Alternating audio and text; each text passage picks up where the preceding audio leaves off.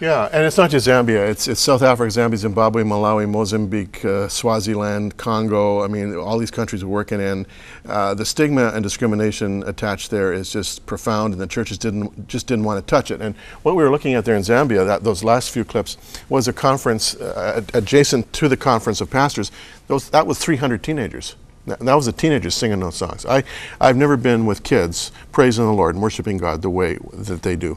It's amazing how, David, when God is your only hope, worship becomes more than just lip service. It becomes something right from the heart. And I'm so inspired by these young people and these young pastors.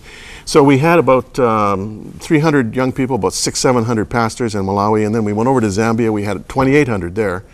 And we've been developing some real momentum because I really believe the call that I'm pursuing here from the Lord is to be a catalyst to mobilize churches to really take up the issue of orphans and widows as a personal congregational issue, and also to be involved in the transformation of communities. So whether we're sinking wells for water or income generating activities for widows or education for orphans.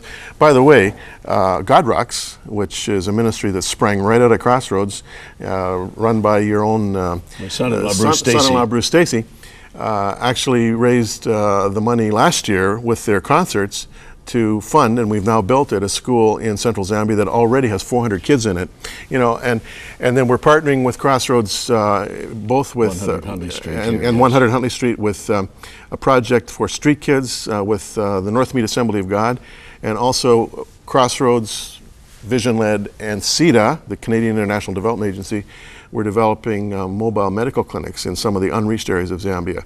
And so there's a real symbiosis here, and I'm thrilled to have such a partner because the need is huge, David. It's absolutely massive, and I'm overwhelmed at times. Now, there's something I thought that I'd like to bring your way. This is quite moving, actually.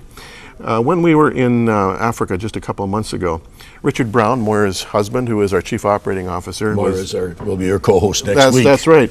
Well, Richard was with me, and while I was speaking to a bunch of people living with HIV/AIDS, he went on a home-based care call because that's one of the things that we support, and he met this young woman named Chrissy. This is a very, very moving thing and very troubling. She's 34 years of age, and as Richard was with her, she was actually dying. And within a few days after his visit, she had gone on to be with the Lord.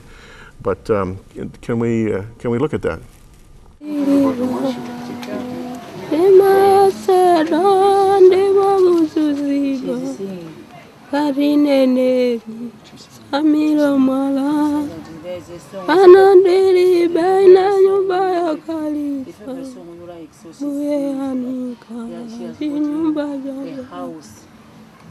In heaven. Yeah.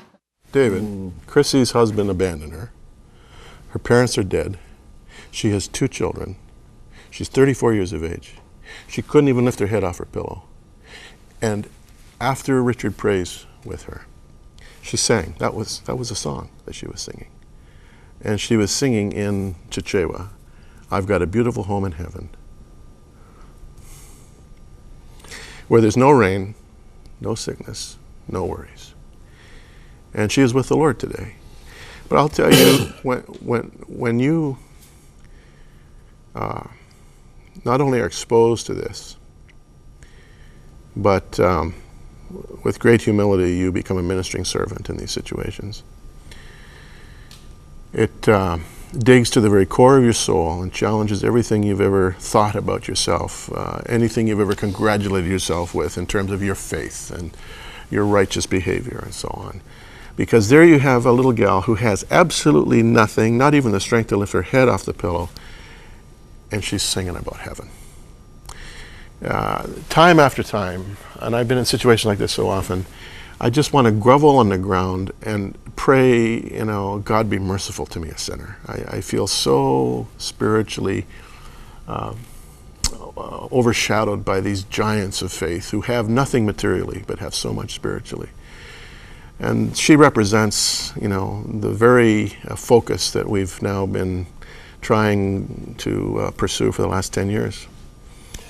Jim, you were, prior to that, you were hosting a a television show called Talk to Me in the Middle of the Night, Yeah, all over right the from United this States right from this and studio. all Yeah. over the United States and Canada. You were a host with me on 100 Huntley Street when you returned from Jerusalem after 7 years there.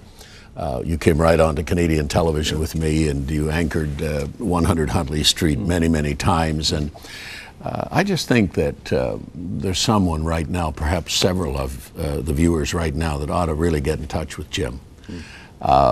You can go into crossroads.ca and access Visionledd. Or what's your own website? Or just visionledd.com. Visionledd has 2 Ds, VISIONLEDD.com. Why 2 Ds on well, LED? well, the spiritual answer is divine direction, but the real answer is Dumb and Dumber. Oh, Jim. Now you're being self-depreciating there. But I just felt it would look good on the internet with 2 Ds, and so we designed it with 2 Ds. So Visionledd.com. .com. LEDD. Yeah, .com. .com. Yeah.